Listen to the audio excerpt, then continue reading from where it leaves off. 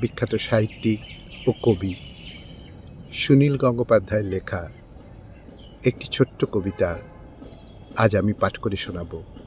কবিতা কথা আছে। শুরু করছি। বহুক্ষণ মুখোমুখি চুপচাপ, একবার চোখ তুলে সেতু, আবার আলাদা দৃষ্টি। টেবিলে রয়েছে শুয়ে পুরনো পত্রিকা, প্যান্টের নিচে চটি, ওপাশে শাড়ির পাড়ে দুটি পাই ঢাকা, এপাশে বোতাম খোলা বুক, একদিন না কামানো দাড়ি, ওপাশে এলো খোপা, ব্লাউজের নিচে কিছু মসৃণ নগ্নতা, বাইরে পায়ের শব্দ, দূরে কাছে কারা যায়, কারা ফিরে আসে।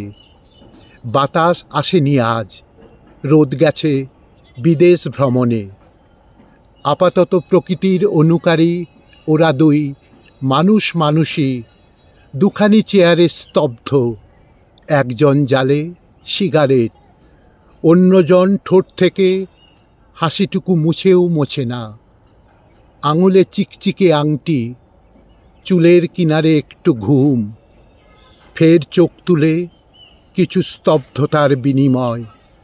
সময় ভিখারি হয়ে ঘুরে, অথচ সময়ই জানে কথা আছে, ঢের কথা আছে। অথচ সময়ই জানে কথা আছে, ঢের কথা আছে।